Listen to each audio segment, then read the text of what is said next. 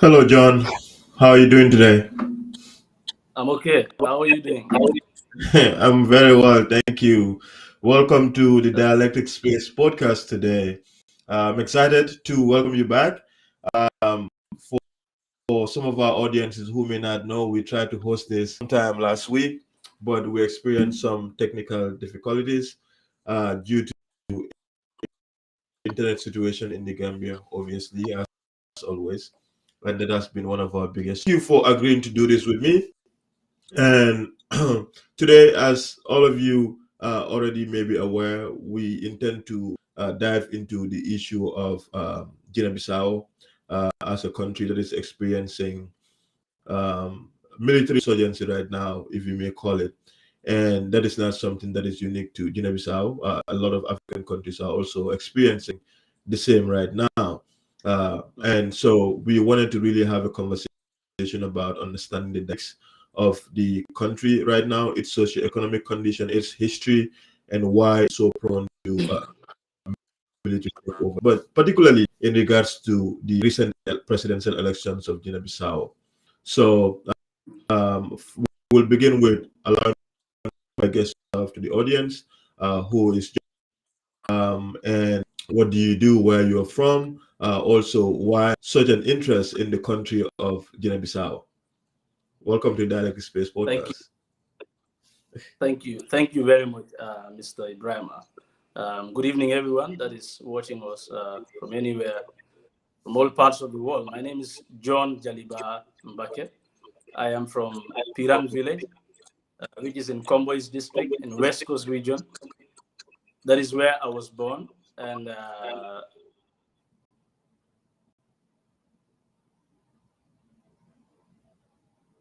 John, are you with me? John? Well, that's not a great way to say. It seems John is experiencing some difficulty, but I am sure he would be right back. But for those of you who are just joining us, I'm with John Jaliba Mbake. John, can you hear me? yeah, Yes. If I would advise that you have your phone on do not disturb, otherwise you're going to get on endless calls and will be interrupted conversations. I do not also hope that the network will not fail. Awesome. Yeah. Yeah, so you may proceed, please. I was saying I'm from Pirang. This is one in Pirang, raised in Pirang too. So someone that was those that know Pirang will know that starting education in Pirang, you will either go to good school or you go to Pirang Nursery School, referred to as Zilla Nursery School. So I went to Good Shepherd, which was brought by the missionaries, and from there I went to Pirang Low Basic, and from Pirang Low Basic School I moved to basic school. So when I was in Pirang, it was Pirang upper and senior secondary school because they started in grade 10 onwards. In Pirang, there I left Pirang to go for high school, and when I was in school, I stayed at London to become. In his plan was to go to school.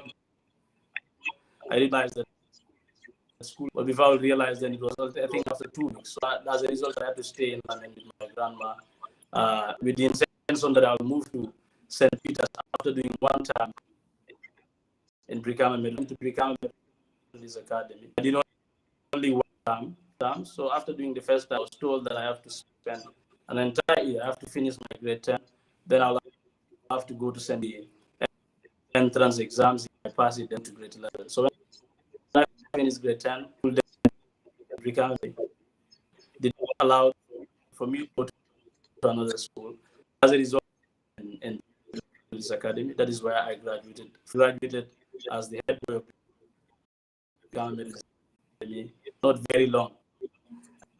And from there, I to Gambia, where I pursued a Bachelor's of Science degree in political, where I graduated with a honors qualification on the 2024 qualification. Whilst I was also University of the Gambia, being a very active student leader, participated in the student politics, started as a community communication and research ministry of social, that is SOSA. It then became education and research minister. Later, even at a point, I also served as acting president.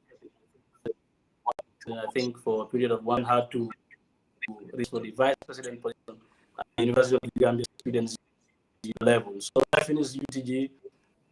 I started as a volunteer graduate assistant who attached to whom I was, and then eventually I applied to the undergraduate. So now I work as a graduate assistant Department of in research. This is John Jalibarambake. Thank you very much, John. I'm still struggling with your visuals, your camera. So I'm just quickly going to recommend that you leave and then come back on, because we can hear the audio. There is also interference coming from there. But if you may try to log back on, maybe that will make it better, please. Okay. So we apologize for that. For those of you who are here, this is another episode of the Dialectic Space podcast, and John Bake is my guest, and we intend to dive into the issue of military takeover in Guinea-Bissau following their presidential elections. And so that's what we're getting into. But if you're just joining us, please do not forget. John is back on. Let me try to get him on. Well, we're still struggling to get John back on, but okay. John, can you hear me? Yeah, I can. Very well. I think it's perhaps just the internet over there, but we can definitely proceed. So John, let's dive into the conversation in light of what's going on in Guinea-Bissau as a country.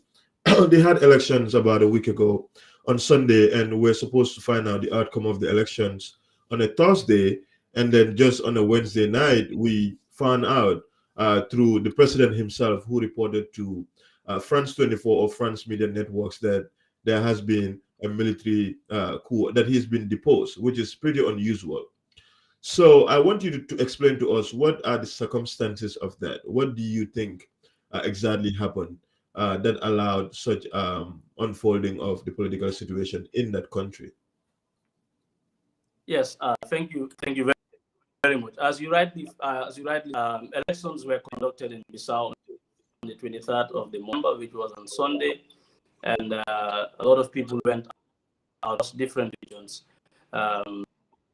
to be able a president, whether the then president, who is Umar Sissoko Imbalo, or to choose among the 11 other candidates for Sissoko, which makes it to serve as the president of the Republic of Guinea-Bissau. It's also very important to know that Guinea-Bissau have 8 regions, but also inclusive is sector autonomy, which is referred to as Bissau, that makes it the 9th region. And so elections were conducted in these different areas, as you said. And the main opposition in the elections was Fernandes Diaz da Costa, who is from the PRS political party, which is referred to as PRS, which is a socialist party founded by the former president of Guinea-Bissau, Kumbayala. So when Fernando Diaz contested with Umar Sissoko Embalo, it was a very, very tense political season, because the major opposition party, which was led by Domingos Simoes Pereira, which is referred to as PAIGC, which is Partido Africano para a Independência de Guinea-Bissau, Cabo Verde, was banned from contesting in the just concluded elections, which happened on the 23rd of the month of November. So as a result, he decided to support Diaz da Costa. So among these 9 regions, voting was done. Umar Sissoko Embalo, according to the results of different regions, was only able to win in Gabu and Bafata. Umar Sissoko Embalo is a native of Gabu, so it was not a surprise to see him winning from those 2 regions. But he lost woefully in regions like Kinara, in regions like Tombali, in regions like Biombo, in Oyu, in Kaseu, in Bujugus, Bulamadi Bujugus, and even in the capital city, which has the larger percentage of registered voters, which is Bissau. But also outside Bissau, the citizens also do what they call diaspora voting. So the citizens of Guinea-Bissau who were in Europe were allowed to vote in the elections. Also, the citizens of Guinea-Bissau who were in different African countries like the Gambia, Senegal, Cape Verde, Conakry, and Angola were also allowed to vote. And if you look at the diaspora votes across Africa and Europe, Umar Sissoko Embalo lost woefully. So elections was done on Sunday. Umar Sissoko Embalo casted his vote in Gabu, where he is from. After the elections was done, the CNE, which is the Electoral Commission of Guinea-Bissau, said that the results will be declared on the 27th of the month of November. So you can imagine, elections was conducted on Sunday, and now it has to take them all the way to Thursday to have the election results declared. Widely, people have been seeing signs that the military people under the influence of Umar Sissoko Embalo were even trying election results in the different regions where the voting were done. You know, Bissau also do the spot counting voting, but they were not able to change that. The young people were very adamant and were present, protecting their votes, not to ensure that the results. And now going all the way to Wednesday afternoon, and then we saw that Umar Sissoko Embalo claimed that he had been deposed by the military, and as a result, on the 27th, we have seen where a new junta head by the name General Ortanantang was identified as the new interim president of the Republic of Guinea-Bissau. But I equally agree with the majority of the people who say it was a state coup, that it is a false coup, that even at the time that Sissoko Embalo was passing on the information to the outside world that he was deposed, at that initial stage, presently were individuals like Elite, who is today Prime Minister, who was Finance Minister, and equally campaign manager. Just to say, part of his cabinet ministers were even present when Sissoko was making that call. And how can it be so that you are deposed, but equally to make call, you have access to grant interview? So this is what has transpired. Likely what has happened is that Sissoko have decided to connive with the military to claim that there was a state coup to ensure that Fernando Diaz da Costa will not be pronounced the winner of the 23rd of November elections in the Republic of Guinea-Bissau on the 27th of the month of November. This is what has transpired. So what is the current situation in the country right now, knowing fully well that they just within overnight shift from some sort of democratic system of governance to military governance? What is the reception of the people in regards to this change?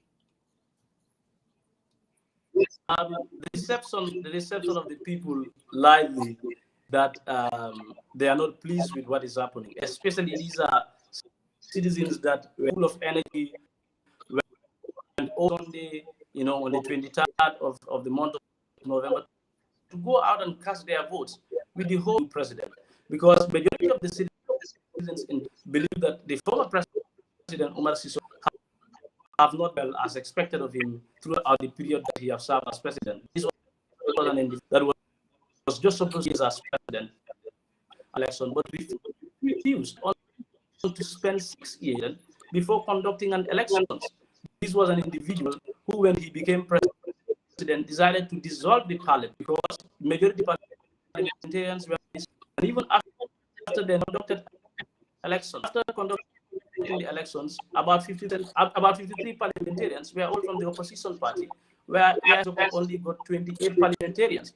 He decided to dissolve that parliament again for the second time, refused to allow the person that was supposed to serve as prime minister to be prime minister. And as a result, these were the tensions that happened. So now went out to vote. They were voting with the will bring about change and transformation of leadership. Fortunately, the citizens are largely disappointed. In Bissau, as I speak to you, we have seen instances where people have gone out to even protest against some of the happenings that are currently happening. As I see, Domingo Simoes Pereira, Otavo Lopez, who are members of EAIGC political party, who are the leaders, have been arrested. And about 7 days, they are still under military custody. And even of recent, people cannot be able to access their relatives cannot be able to access them by providing them with feeding. So the situation in Bissau is absolutely appalling. As I speak to you, it was only of yesterday that areas like going to school have resumed. But even with that, it is not effective. The citizens are very afraid, as I speak to you, especially the young ones, and also the women, whom we know that during this period, all the way to December, the businesses that they are engaging is to sell palm kernel, palm oil, lime, and all whatnot, cannot resume their businesses as usual. I'm very sure that you are also aware that also in our own context here, the Catholics have what they normally do, especially during this period. They go for pilgrim at Kunkujam Mariama. Guinea-Bissau also, the Catholics also who are there also have their pilgrim at a place called Kaseu. As I speak to you, the bishop of the Catholic Church in Bissau have called to say that they have decided to cancel this year's pilgrim as a result of the tensions that are happening within the country. So as I speak to you, largely the citizens of Guinea-Bissau are not happy with what is happening. They believe that what is happening does not represent their general will or the popular choice of the people, but it only represents the interests of few or the minority in the country. Now, staying on the issue of military takeover in Guinea-Bissau, we know from their history since independence, the country has experienced over nearly 9 military coups or military takeovers, perhaps more than any other African continent, or at least close. And so, considering this country that is tiny, to think that Guinea-Bissau is even smaller than Gambia in terms of population is just insane, because we are the smallest in mainland Africa, or nearly. So Guinea-Bissau is both smaller in terms of population, but also smaller in terms of GDP compared to Gambia. So this is a really poor country. To think about this is even crazy. Like, Gambia is a really poor country, and Guinea-Bissau is poorer than Gambia. That tells you what kind of country that is. But also, it has experienced a lot of insurgencies, military takeovers, including civil strifes or conflicts in the country. Now, my question is, why do you think this is the case since its independence? Why is it that the country is always susceptible to various forms of military takeovers?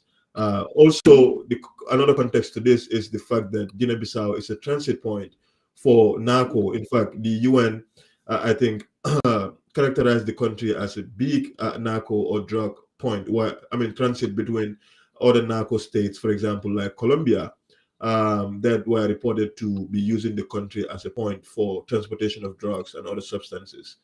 But what is it that necessitates or that allows the country to be experiencing endless coups or coup attempts or military involvement in their politics? Yes, Ibrahim. That's a very important question. I think it's also important that we discuss about the history of the coups that have been happening in Bissau.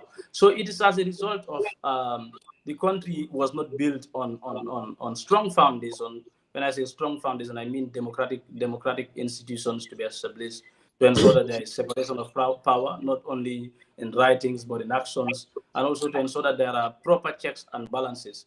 That has not really happened after independence. Guinea-Bissau gained independence on the 24th of September in the year 1974. After gaining independence, the first president of Luis Cabral, Luis Cabral only became president for a period of only 6 years. It was from 1974 to the year 1980 when João Bernardo Vieira, who is popularly referred to as Nino Vieira, did a military coup against Luis Cabral. And when Nino Vieira did that military coup in 1980, it became successful. And it was this coup that led Nino Vieira to becoming president for about 18 to 20 years. That has never happened in the history of Guinea-Bissau. When Nino became president in the year 1980, Nino have decided to ban all opposition political parties. Elections were not even conducted. There was no democratic institutions that would ensure that there are proper checks and balance to ensure that if things are not going well, they will be corrected. So Nino became president from the military. He was also part of the people that were part of the fighters during the 11 years guerrilla war that led the country to independence. So when Nino became president in the year 1980, having him serving as president on democratic, very dictatorial, killing people and all whatnot, leading to the year 1990s, when now the country have begun to have talks about democratizing issues, conducting elections and all whatnot. That is what led to the emergence of political parties like the PRS, which was founded by Dr. Kumbayala, and other opposition political establishments. But you will realize that from 1980, fast forward to the year 1998 to 1999, what is popularly referred to as Seti Zuni, which is on the 7th of the issue or the civil war that has deposed about 350,000 Guinea-Bissau citizens across different bordering countries like Senegal, Guinea-Conakry, Gambia, you name it. And this incident happened between an individual who was then serving as CDS and who is Ansumana Mane. And Ansumana Mane, many people believe that his roots are from the Gambia. Yeah, Ansumana Mane was CDS, whilst Nino Vieira was president of the republic. But what was the reason behind the civil unrest of 1998 to 1999? It was as a result of Nino Vieira accusing Ansumana Mane of supplying weapons, to the MFDC rebels in the southern part of Senegal, which is the Casamance region. So it was this accusation that led to the tensions between these two powerful individuals. And as a result, Nino have decided to remove Ansumana Mane as from being serving as what they refer to as chef de Estado Mayor. That is the CDS. And as a result, Ansumana was very powerful. With all the support that he got, he was also able to now mobilize many people who were from his side to now even counter Nino Vieira in the famous Sedi Zunu civil war that happened in Guinea-Bissau. Nino Vieira also in that particular instance also went out to be able to get support, especially from Senegalese soldiers, from the soldiers also in Guinea-Conakry, to be able to support him, and also part of the soldiers that were in Guinea-Bissau. But through a period of the civil unrest from 1998 to 1999, Nino later was removed from being president, and as a result, he was exiled to Portugal. But equally, Ansumana Mane also did not become president. And now it was given to civilian to serve as a transition president. So you will realize that these two people that were key in fighting, in ensuring that, or in leading to the loss of lives of citizens, did not even account to it. And nothing has happened to these two people. Even Nino Vieira, that was mainly seen as the one who have led to all these happenings, nothing has happened to him.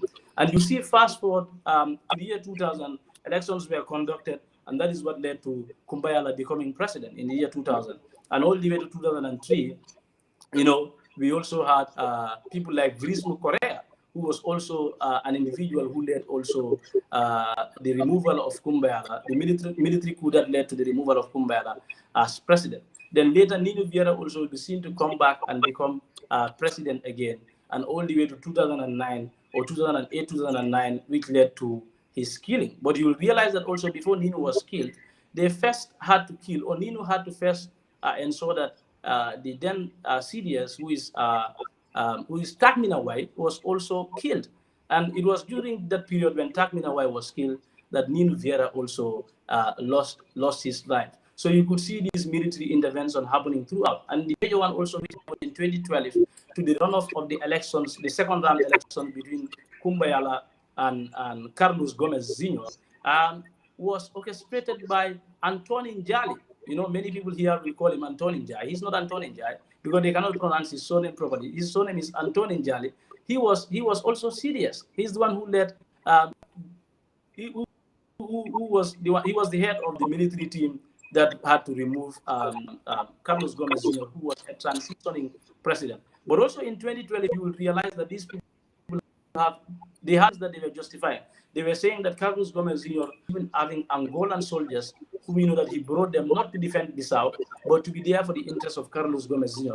Also, they believe that in the year 2012, around that period, that was the time that has brought in Guinea-Bissau, ensuring that a lot of timbers were removed from Guinea-Bissau to different parts of West Africa. So you see from the year 1980 all the way to the year 2025 as we speak now, military have been intervening. And it appears as if it is only when the military intervene that is when things are resolved. Then you will realize that the institutions or the country was not founded on strong institutions to ensure that opposition political parties to respond, even in case the government is not doing things as expected of them. But what happens at the end is that the military intervenes rather than political institutions.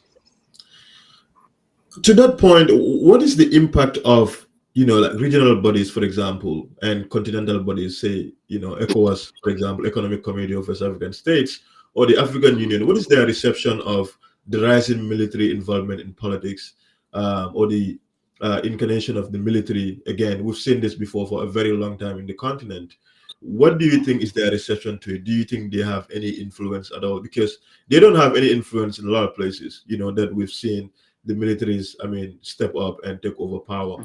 And is there anything at all that they're either from a diplomatic point of view or through taking serious actions in terms of military deployment that they're in fact considering?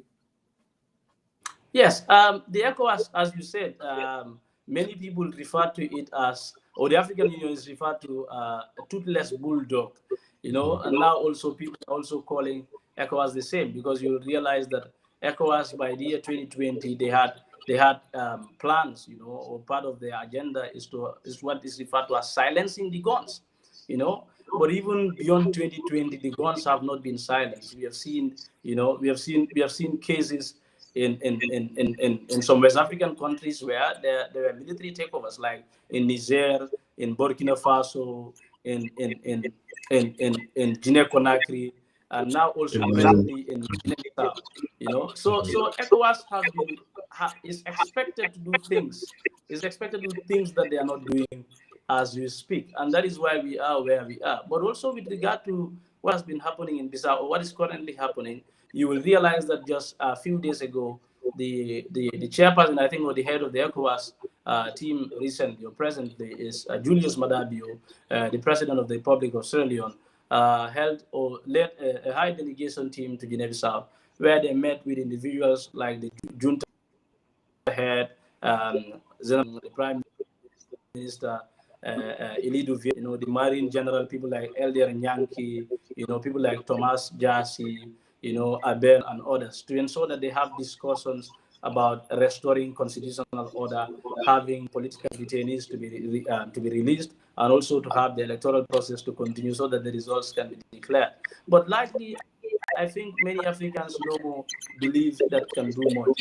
And also that this gives the ECOWAS an opportunity to prove to the people within the sub-region that they also have a say and also they can affect things. But I think in this context, what ECOWAS can do specifically is as they have done, is as they've had the first delegation to Guinea-Bissau and meet these junta evidence of key things that they have highlighted. And I believe they can be able to come in and so that they restore constitutional by having serious conversations with these people. Among the things that I think the ECOWAS is expected to do is to highlight to these people of the importance of the need to have Guinea-Bissau continue with the electoral process and to have a democratically elected individual to serve as president. Looking at the history of the intervention of the military, because historically the military intervening in Guinea-Bissau have not brought about many change. Maybe in other countries like Burkina Faso will say, since the coming of the military, we have experienced some level of development or whatsoever. But what meant as a fact is that in the case of Bissau, it has not really changed anything. The situation have remained the same, or even others will say that the situation is worsened. But I think ECOWAS need to have serious discussions with these people moving forward. diplomatic conversations are not working, is to be able to have issues issues related one the country on certain areas, and to as we have We're struggling to get John. John, can you hear me? John, are you with me? I'm here. I think the network again. But as Yes. I think You've gone dark, John. You've gone dark, so we can't see you at all anymore. I can hear you, but I cannot see you. let me leave and come back again. Okay. Okay. For those of you who are here again, please would you be kind enough to subscribe to our YouTube platform and support what we're doing? John, are you with me?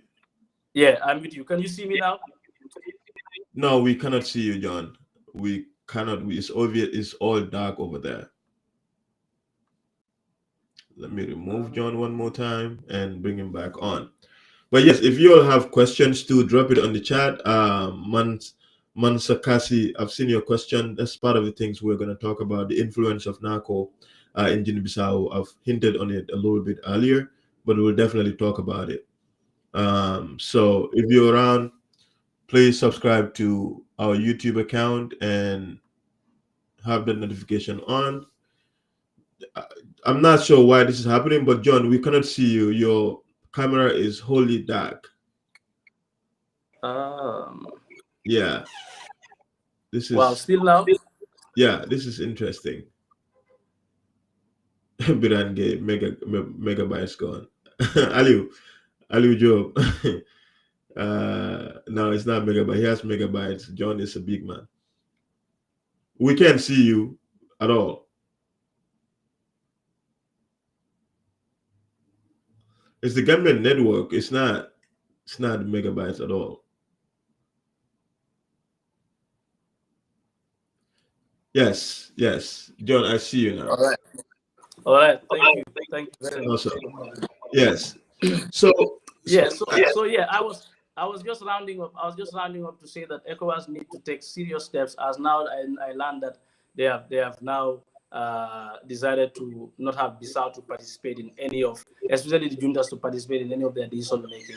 Because as far as regional meetings and others are concerned, I think also equally that the international community, especially the African Union and other international bodies, need to press on Bissau to ensure that results are announced. Because I cannot just imagine that people will contest in an elections, people will vote in an elections. Now it was just, let us not even say a day, it was just few hours to releasing these results, and then for us to be hearing claims of a military intervention, or that the then president was deposed. And as I speak to you, the CNE, which is the Electoral Commission of Guinea-Bissau, is saying that they do not have the capacity to be able to declare the results of the November 23rd elections. Why are they saying this? Because they are afraid of the military not doing anything to them. As I speak to you just this morning, one of the security personnel to the one who is largely referred to as the winner of the November 23rd elections,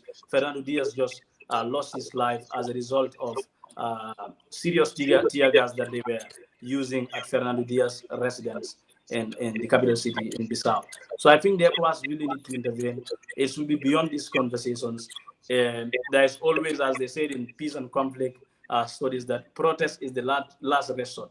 That when you want to ensure that something is done, you need to start first with discussions, negotiations, to ensure that your point is put across. But if you try all this and there is no other solution, you need to be able to intervene in another way. I think ECOWAS also need to take steps, different steps at the end. If these people are not responding, that ECOWAS need to take serious steps in ensuring that these people are banned from even traveling, in my own view, outside the country. Let them stay within Bissau, and let us see how they will not be able to relinquish power. Because you know that Bissau is about 90% dependent on cashew, which is mostly exported. But even with that, the prices are not good for locally within people who are citizens to be able to benefit from the large cashew farms that they have. Many blessings. So you ended very well with the issue of Guinea-Bissau economy. For those of you who don't know, cashew production is mostly the main export item for the country of Guinea-Bissau. And again, Guinea-Bissau is an extremely poor country, and in the UN has described the country as a narco transit, like a country that basically is a transit point for many of the drug trafficking that happens around the world. In fact, Mhm. I think at some point it was reported that the narco that was being transported within that region, that specific location, is more than the Guinea-Bissau economy itself or its GDP, right? And that tells you just what is happening there. So I want you to talk about it a little bit. How much influence does the fact that the country is extremely poor and politicians continue to or at least fail to deliver in terms of the needs of the people, that influences military officials to take matters into their own hands? Yes, I think the military several times, if you look at their interventions, they will largely say that they are intervening because they want to stabilize the country. They want to do with the narco trafficking and all whatnot. But as you said, that Bissau is a transit point, and there are reasons why Bissau is a transit point. I think one is as a result of the geographical location of Guinea-Bissau. If you look at the other part, which is referred to as Bulamas the Bijugus, Bijugu is a tribe in Bissau. This is mostly found among the different islands like Bubaki, Orangu, Unu, those areas, the islands around that area. So it's very easy, as you've mentioned, to have these narcos, coming to the country. But also, aside from the geographical location, I think also the politicians have always been involved also in the narco trafficking. Just of recent, Umar Sisoko Imbalo, when he was serving as president, there was an aeroplane that entered Guinea-Bissau. Umar Sisoko Imbalo have gave instruction to say that no one should have access or should even try opening to know what is inside that aeroplane. But it was later realized that that aeroplane was full of drugs. Umar Sisoko Mbalo said nobody should have access to it, but later sent his people at night to go and inspect it. Umar Sisoko Mbalo even stopped the then vice president or prime minister, Nunu Nabiam, from even having access to that aeroplane. Because I think that was what led to their tensions or their fracture, because that one was asking him what was inside the aeroplane, and people within the country should know. So not only is it a geographical place that NACO is transported, but also the politicians and the military heads have not really done much in ensuring that they do away with this, because they also largely participate in it, as I just give you an example of Marcisoko Mbalo. But even with an individual like Antoni Njali, Antoni Njali also, many people believe that one of the reasons why he just decided to, because he was not removed as CDS, he willingly leave the position of serving as CDS of the country, because one of his close friends, who is a top general by the name Bubuna Chuti, was arrested by the US government and was taken to the US for a period of 3 years, because he was seen as an individual who was also in the business of the narco trafficking thing. So as a result, Antonio Njari as general also thought that the US government will be coming after him. He also decided to leave the position of serving as the CDS of the country. So the politicians, especially the political actors and also the military heads, have been very key in ensuring that the narco trafficking continues, because it is one of the areas through which they generate income from, rather than focusing on the cashew business that we are talking about. Because when you travel to Bissau, you are going to see a cashew orchard of about 2 kilometers that is owned by a single family. But the price of cashew have not been good. The international business owners are not willing to come to the south to participate in the cashew business, because the country is also politically not stable. So as a result, that is why the cashew business have not been going well. And you will realize that those that are closer to the border of Senegal likely will transport their cashews to Senegal to sell it, so that they can be able to have some amount of money. But within Bissau, even if you have kilometers of a cashew orchard, it really will not yield to a lot of profit, because the amount that you will be selling it is too low. And sometimes people in Bissau normally exchange bags of cashew nuts for a bag of rice, which they need to be able to survive. But largely, to conclude on that question, Sonko, is that the political actors have not really helped in stopping the narco trafficking, because they are key participants in it. But people believe that largely this newly elected or individual that was seen as the newly elected president, because he also, and for an individual like Domingos Simoes Pereira, who decided to support him as the biggest opposition party, have had a very long history of being politically clean, especially with regard to anything that has to do with narco trafficking or anything that has to do with money laundering. So as a result, many people were hopeful that if these people were given the chance to lead the country, as you're saying, the country is poor, things could be changed. Especially, they will now not only focus on cashew nut, but also they will invest in areas like agriculture, because the land in Bissau is quite very fertile, and you also have a lot of people that are interested in farming, but it has not really been explored to its maximum. John, could this be a situation of a plan orchestrated by Mbalo gone wrong in the sense of, he obviously did not want the results of the votes to be declared and went into this either perceived or real plan with the military to hand over power to them and then call as though that he's been deposed. And then eventually now the military is like, yeah, we don't care, we're staying, and you leave because now he's jumping from Senegal to, I think he's in Congo Brazzaville. So is this a circumstance of where a plan is gone wrong for Mbalo to put the country in this position? Because there's different narratives that are being spiraling around in respect to why this is possible. Because it's not usual for a president of a country who is deposed, as you've mentioned, to be the person to access media outlets to tell them that he is in fact deposed. Even a non-military or security expert knows that it's not okay. And I think Goodluck Jonathan was right on the money when he talked to media outlets when he returned to Nigeria to tell them, "No, this is not a coup." But do you think this could be a situation of a plan gone wrong for Mbalo? Yes, it's both sides for me. I think Mbalo has got it right in a certain aspect to say. Mbalo knows that he doesn't want an individual like Fernando Diaz da Costa or Domingos Simoes Pereira with that team to become president, because I believe likely is as a result of a lot of things that Mbalo have done, that he knows that if these people become if they become government, they will expose the happenings that have happened under his government that even others are not aware of. It's just like after 22 years of Jammeh's rule, people begin to know about certain things that have happened after the TRRC revelation. So Mbalo also, for me, I think on the Guinea side is that he don't want individuals like Diaz and Domingos Simoes Pereira and others to be in charge of government, because that will make him more exposed, and that also may even call for ensuring that justice is served, or even taking Mbalo to face the consequences of the things that he have done. But also on the other side, you will realize that also, I think Mbalo also, you will realize right now he's not in Congo, he's in Morocco.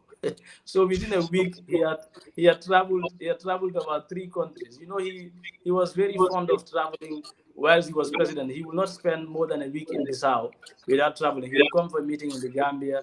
From here, he will go to Ghana. From Ghana, he will go straight to France before going back to Bissau. So throughout his presidency, he used it as an opportunity to explore, to go to different countries, to know places. But even now that he also stopped being president, it is very embarrassing for an individual that used to claim to be a very powerful individual to be traveling within three countries within a week. That is very embarrassing for an individual like Mbalo. I also think also his expectations are too high to say that, even though there was a setup coup, but I believe that moving forward, if Mbalo does not take his time, he will not continue to have audience with the individuals who are the military junta heads. Because what will happen is that these people, once now that they are testing power, they will begin to see that they are superior, and there is nobody else who can be able to control them on what they need to do, on what also they should not do. So as a result, also you will see that Mbalo thought that he did a right thing by giving position to individuals like General Ortan and others. But you will realize that the military in Bissau, historically, as I speak, are not very faithful or loyal to an individual that they have been supporting. We have seen an individual like Ansumana. Ansumana Mane had issues with Nini Vieira, but Ansumana Mane later supported Kumbayala. And even Kumbayala that he supported later also had issues with him. So we believe and we know, and I'm saying we believe, it is completely clear to everyone that Embalo have been in close talks with individuals like Biagin and Tang. So interestingly, also, it's important for people to know that the one that is the junta head is not the CDS. The CDS is General Biaginantang. Biaginantang is not the CDS, is not the junta head as we speak. The junta head is General Ortanantang. General Ortanantang is one of the leaders in one of the military army barracks called I think Bazieri, if I'm not wrong. But he's one of the military head, and I think he's second or third in command in the military force. But now he's the head, and General Ortanantang moving forward will not choose to listen to Embalo on decision making. Embalo, Ordanantang will begin to make decisions on his own that he thinks are in favor on his side, and not decisions that will favor an individual who is outside the country. Embalo don't also get it right, because with all the claims that he's powerful, he cannot. There is no way that he will be able to come back to Bissau within this short period. He's not even having that in his wildest dreams. So I think he has lost it. He thought he was getting it right. Eventually, we have seen him being very embarrassed, even with the pronouncement by the Prime Minister of the Republic of Senegal, to say that it was a sham, it was not a military takeover. And which is clear, as you said, individuals like Goodluck Jonathan in Nigeria said that. And a lot of also political analysts and even his fellow presidents, believe that that was not a military takeover. Because I also think he was not very smart on how to expose or to inform the world about the military takeover. I think if he had allowed the junta to do so, a percentage of people could have believed that yes, it was a military takeover. But a military takeover, when you have access to a mobile phone, you are making calls, you are granting interviews, and you were doing that announcement, or you were making those pronouncements when your cabinet ministers were present. Even the shooting that they are saying happened, there were videos that the shooting was not done. It was just someone holding a gun, pointing it up there, so that you can be able to fire some shots up there, so that people can say that there were some shootings in the palace. The videos are there. Mbalo was not very smart, even though when he was president, he was not smart.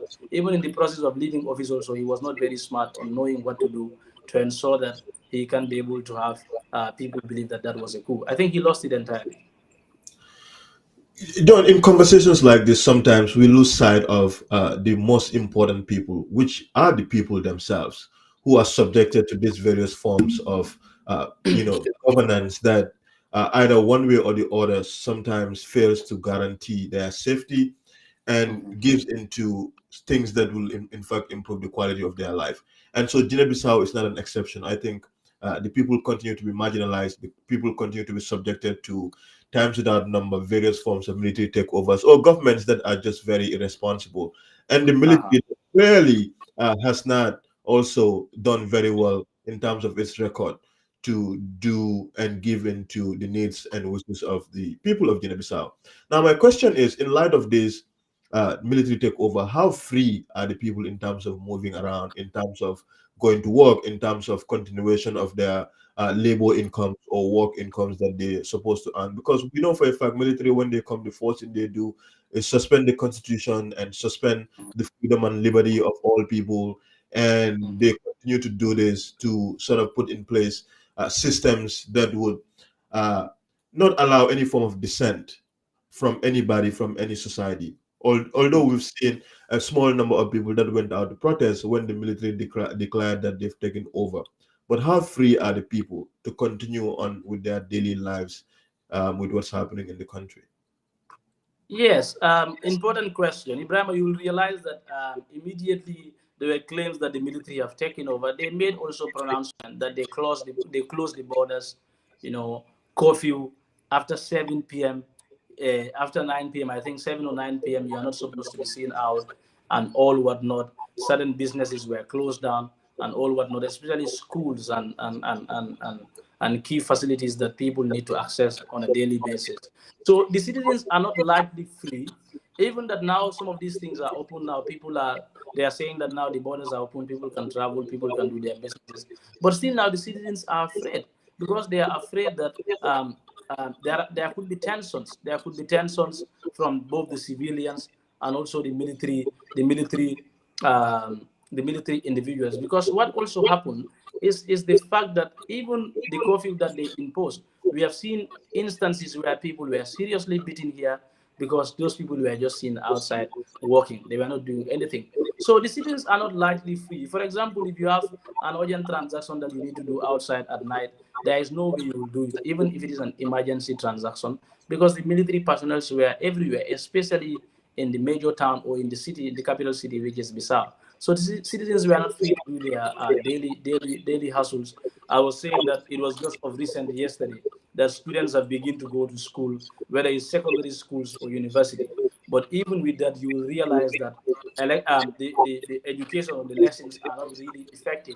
Women also who are going to the market have not been able to really do that effectively because they don't have also customers to come out and buy their goods.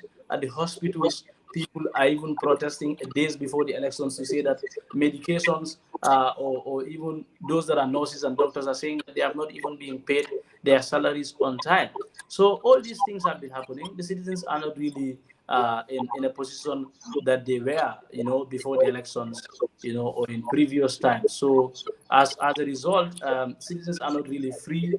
They are still in fear because even Fernando Diaz, I'm sure you've seen it, that the Foreign Affairs Minister of the Federal Republic of Nigeria is it's saying that Fernando Diaz is now hosted. He is also granted by security by the economic people that are in Bissau to stay within the embassy of Nigeria in Bissau. So if the country was really free, there will be no need for Fernando Diaz to be put in that place. And also now also you have people going out to protest because PAIGC is the biggest opposition political party, or is the biggest political party in Guinea-Bissau, founded by Amilcar Cabral. Its leader, uh, Dr. Domingos Simoes Pereira, have been arrested for a week. So his supporters, his sympathizers are going out, speaking on issues, demanding that he should be released, and it has not been done. So people aren't really free in the country as I speak to you now. You mentioned his name. I was going to ask you about him. Amilcar Cabral, the Liberation and his Liberation Party. Obviously, they were being suspended by the IEC. Under what grounds specifically? And also, if you would talk a little bit about the influence he has on Guinea-Bissau and its pursuit for freedom. Mhm. Yeah, to start with the reasons why they said they banned PAIGC from contesting just in the last elections was that they did not submit their documents, their electoral documents on time to the Independent Electoral Commission, and which was not true. These people submitted their documents prior to even certain individuals that were allowed to contest, because it does not make sense for a political party that started in the year 1956, with all the academic, with all the scholars within the political party, to fail to be able to reach the requirement of submitting documents for elections when they have been doing that in previous elections. So it was just a method for Sissoko to ban Domingo Simoes Pereira from contesting because he is super powerful, Sonko, in Guinea-Bissau. A lot of people love him, and Bissau electorates are not largely driven by tribal politics or religion politics, but they believe that Domingo Simoes Pereira share a message that resonates with a lot of them, and as a result, they support him. So one will say what has happened with Domingo Simoes Pereira was what happened in the Gambia in 2016, somehow similar, where the leader of the then opposition political party, ANM Dabo, was set, and as a result, he was not able to contest in the elections. Domingo Simoes Pereira was not arrested before the elections, but he was banned from contesting. As a result, he decided to support Fernando Diaz Yes. with his team to be able to get the win for the elections. And also that is what has led to the coalition in 2016 in our own context. But Amilcar Cabral is a very influential individual. You know that Amilcar Cabral also have his roots from Cape Verde. So that is why the political parties, Partido Africana, para a independência de Guiné-Bissau, for Cabo Verde.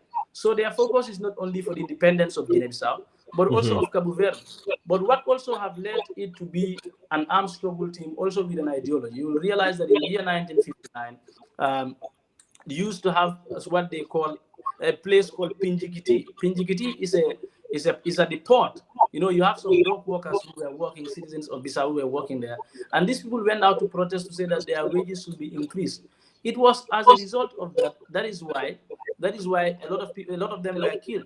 So when they were killed in the year 1959, this political establishment, PAIGC, now transitioned from being a civil political party calling for independence to now a more very active, and also they started participating, in the guerrilla war that went all the way to 11 years before they gained independence. Amilcar Cabral is widely referred to as the father of independence of Guinea-Bissau.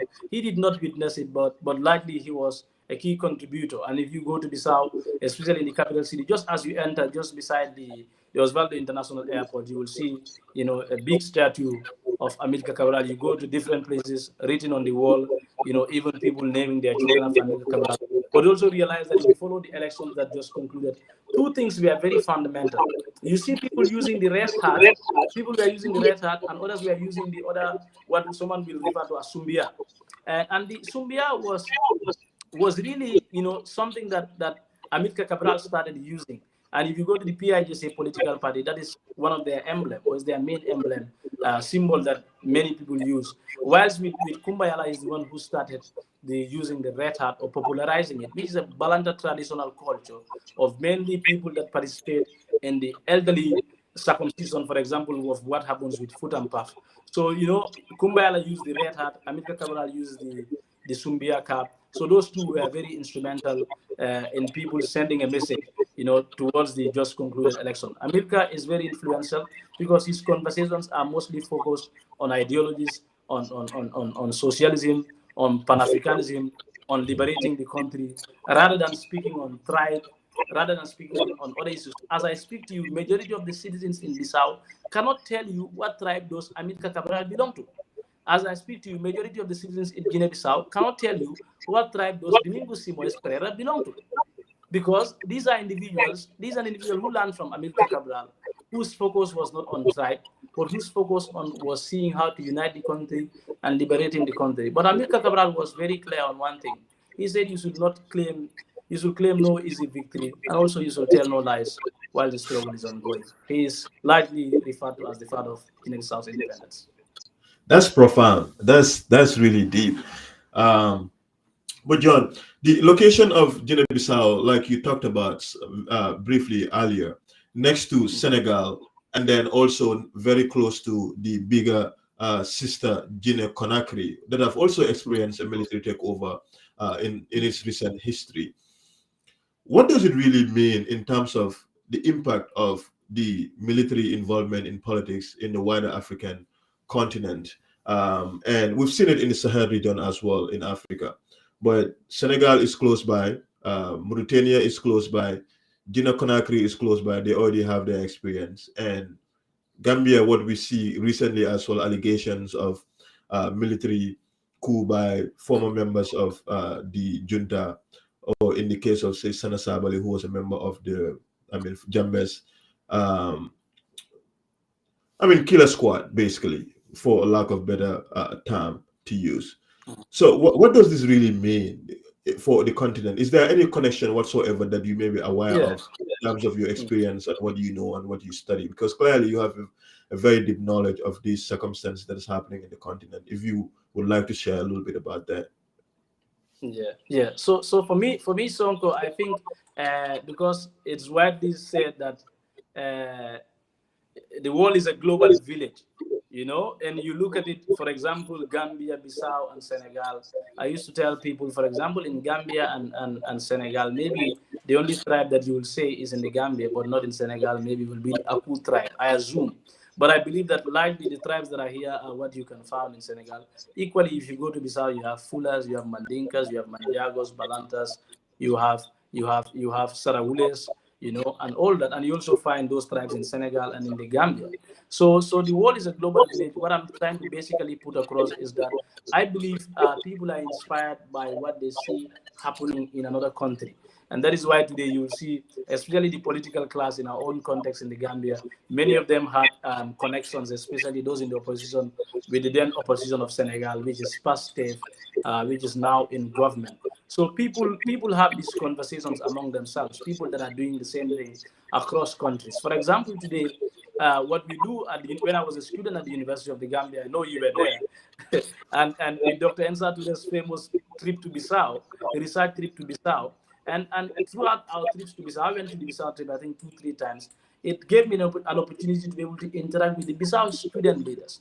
And these are the student leaders that, let's say, in the next 10, 15 years, will hold maybe key position in Bissau. Likewise, also the student leaders who are from the Gambia might possibly also hold key position in Bissau. So that connection have already been established. So equally also these people who are in different countries who belong to different militaries, I think also learn from what they see happening in other countries. So the threat basically, or what it can result to outside, is to say that other countries within the sub-region, which are neighboring countries, may likely see what is happening in Bissau. If they think that that is one of the ways that they can be able to restore or to be able to change government, to be able to also use that as an experiment in their own country.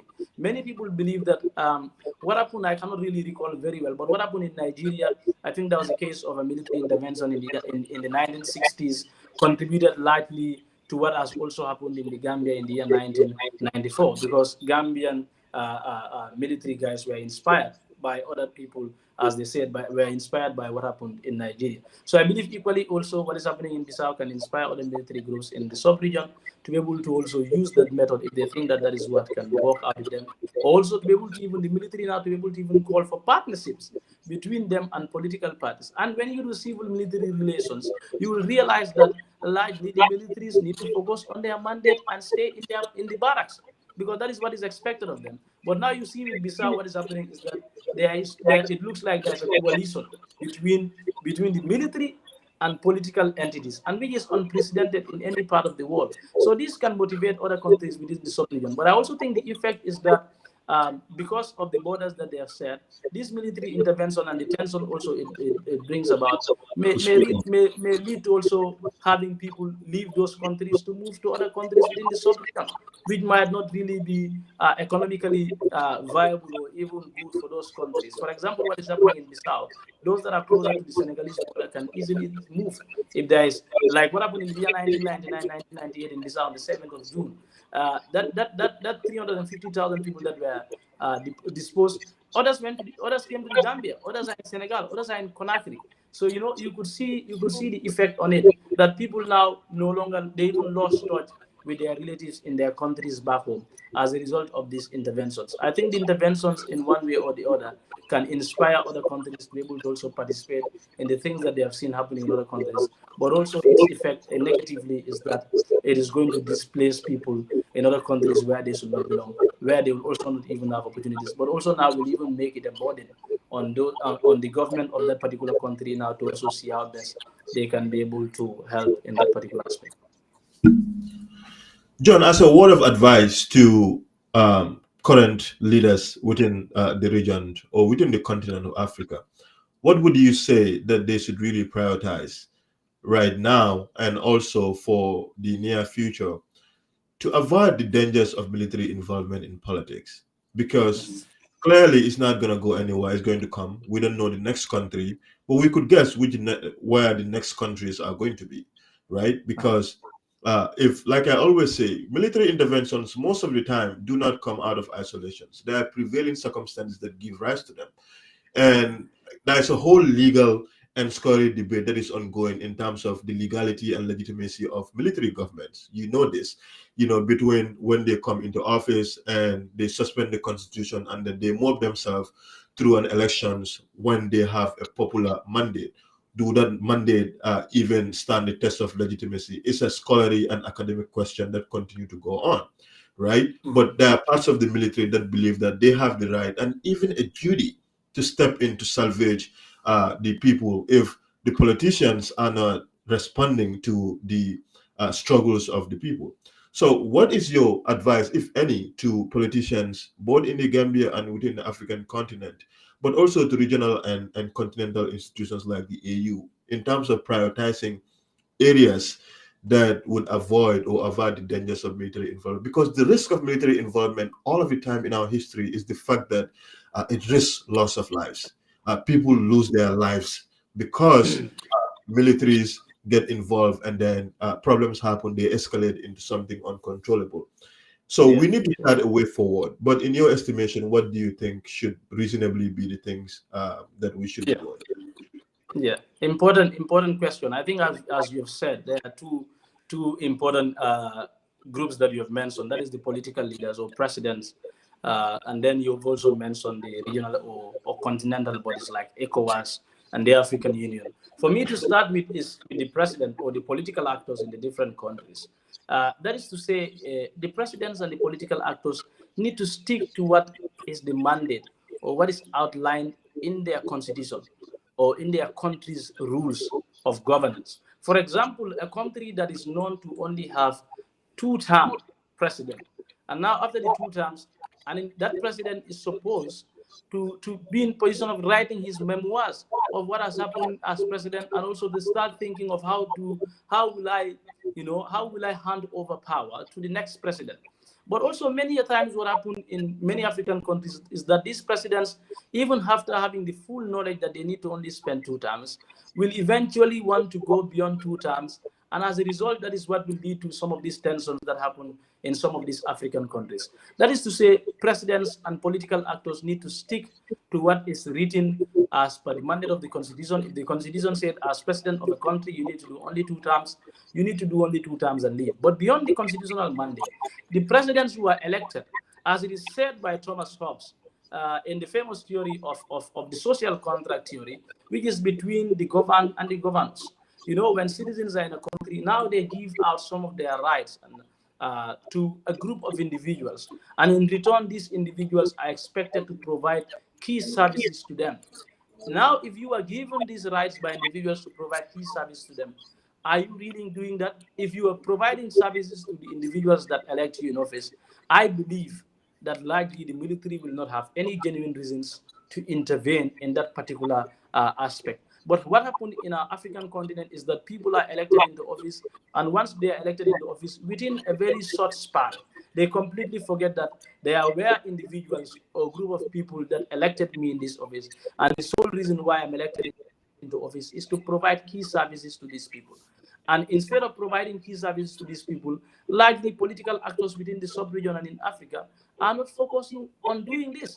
And this is why military see themselves as an alternative government instead of opposition political parties taking the center stage in an elections to win elections. And also because why the military also see themselves in that way is because, for example, we do elections for about 30 years and only one political party keep winning elections, where a lot of citizens have been complaining and people have been saying that elections have been rigged. Obviously, the military will see themselves as the only solution to that particular issue. So that is basically to say, let the political actors stick to what is constitutional mandated to them. Let the political actors also stick to what is expected of them as per their social contract theory or the social contract theory that they have signed between them and the ones that they are representing. If they do this, I think that is going to reduce the level of military takeovers, especially in certain East African countries where we have not seen a large number of military takeovers. It is as a result because presidents, when they do two terms, they are thinking of how to transition. They are not thinking of now spending beyond two terms. On the aspect of the regional bodies and the African Union is to act on time. You cannot wait until when something is done and then now you want to take a position on that particular issue. For example, if a president is supposed to do two terms, categorically clear, it is written in the constitution that that person should do two terms. It should be the responsibility of the African Union and the ECOWAS to remind this president that follow what is on the constitution. Do not even try amending the constitution. When you are done with two terms, leave office. But what they do is that they do not advise these people on what is expected of them, or they do not even take steps or ensure that such things will be averted. But they will just be enjoying the scenario until now when there is an outbreak or when there is a problem, then they will want to intervene. And that is what ECOWAS is always good at, and the African Union. They respond when the issue has already happened, rather than when they see signs to respond. So I would say, as they say, silencing of the gun has not happened. But early warnings, if there are early warning signs that there can be a military intervention if the political what is expected of them, it is the responsibility of the ECOWAS African Union to ensure that within this country. Unfortunately, Sonko is like my battery is running down. Oh, actually, we're done. I was just gonna ask you for your the last question, basically for us to wrap up because it's over an hour now. But John, you have so much very good understanding of this situation in Guinea-Bissau. I haven't asked you this in the beginning, but I'm going to ask you now, and you can also say your last statements before we wrap this up. A lot of Gambians would limit to what is happening back home. A lot of people do, which is natural. In this country too is the same. People only care about, or at least are mostly interested in what's happening in their country. What influences you to study the situation of the West African region so much, or just generally the African continent, in understanding what is influencing a lot of what is happening? Yeah, thank you very much, Brian, for that question. I think this is also a question that many people ask me, and for me, in my interaction with my friends, especially during my days as a student in the University of the Gambia, many of my friends were very keen in following politics at global stage. That is to say, what is happening in Europe and America. They can give you a lecture about what is happening there. But for me, I keep on telling them that my focus and my interest is primarily of what is happening in my own jurisdiction. And then later I can be able to focus about what is happening in other countries. I keep on telling them that when I ask a lot of you here to mention only 10 presidents within Africa, majority of the people in our own context here cannot mention the presidents. But ask these individuals, how many presidents did US had to today, or England Prime Minister? They can give you a historical rundown. For me, I think it's important to be able to focus on your own context. In as much as what happened in America may influence or may affect us here, but I think that the problems that happen in Bissau, that happen, problems that happen in Nairobi, the problems that happen or in Kampala, Uganda, are problems that are similar to what is happening in my own context in the Gambia today. For me, that is why my interest is very keen on African politics, and I'm very interested in knowing what is happening within the sub-region, not only within the sub-region, but also what is happening within the continent first, than focusing on what is happening in Europe and America. Whilst that is very important, but I believe that you need to first know what is happening in your own context before you run to be able to analyze what is happening in the Western world. And that is what has driven my interest in knowing the politics of the sub-region. And Bissau, to me, as a result of what has been happening there, and also as a result of my ancestral origin, that is why I've been interested in Bissau a bit. For the first time I went to Bissau was 2022. I've not been to Bissau. I've never been to Bissau before that, but I went there. I tried to see the country. I did not stay long. I only spent, I think, a week, came back, and then went in 2023, 2024, and all whatnot. But I've not traveled to many countries, but I largely follow the politics that happens in Ghana, in Kenya, in Uganda, in Nigeria, in Senegal, and other African countries, because I believe that as a young scholar, you need to first understand your own context before you can speak about the context of other people. Because I believe that our problems are squarely or almost the same, irrespective of where our location is. But as far as we are Africans, the problems that are happening in the Gambia are likely the same problems that the Kenyans are facing, are likely the same problems that the people in Morocco are facing, are likely the same problems that the people in Nigeria or Ghana are facing. Well, thank you so much, John. It's been absolutely wonderful chatting with you. I'm always so blown away by whenever I talk to Gambians, especially young Gambians, man. You and I are probably same age, but studied from the University of the Gambia, man. And it's just so impressive in terms of your knowledge, your understanding, but also your humility. And I just would like to have you more often, and we can talk about. I think my next interest is definitely to talk about the political situation in Senegal with PASDEF, and just the relationship between the political actors there. So I would love to host you for that, and we can, because at the end of the day, like I always say, this platform is not just a Gambian platform. No, that's not my goal and purpose. My goal and purpose for creating this is to be a platform, a conduit for conversation about our African continent, on issues that relates to our life and well-being, the progress of our country and our economy, among other things. So I'm really appreciative of your time, and all of what you've shared with us today, and to our audiences as well. Thank you for sticking around. And if you're still around, please do not forget to subscribe to our YouTube channel, share our interview. Also, if you have recommendations of people that you would want us to talk to, please feel free to reach out anytime. But I can certainly tell you, John would be a frequent guest on this. So I'm very, very thankful to you. Thank you. Thank you so much for also the opportunity to share my thoughts. So I'm really privileged, and I'm also glad to share my thoughts. I hope and the thoughts that we share eventually will lead to a more progressive society, where all of us will be free to express our opinions, where all of us also will be free or be hopeful that those that come after us will find a society that is worth living in. Many blessings. Thank you so much. Thank you so much. I didn't tell you, but I also went to Brikama Methodist for my middle school. That was my school Okay. as well. Yes, I went there. My sister also went there before I went to New Zealand High School. So, and I love Were you, Brikama. were you, were you in the same batch with people like Demba Koma, Joe Yes, Demba Pane? was. Oh, actually, you just remind me. Demba was my senior. He was a class ahead of me. Actually, Demba is defending his PhD today. Thank you for mentioning that. And I Oh, need to hop on that for his life thesis defense. And okay. just to wish him all the best today, Demba Koma from Brikama, then to Gambia Methodist, God nine is incredibly smart human being. Yeah, He's yeah. defending his thesis today at the University, I think University of Michigan in electrical engineering.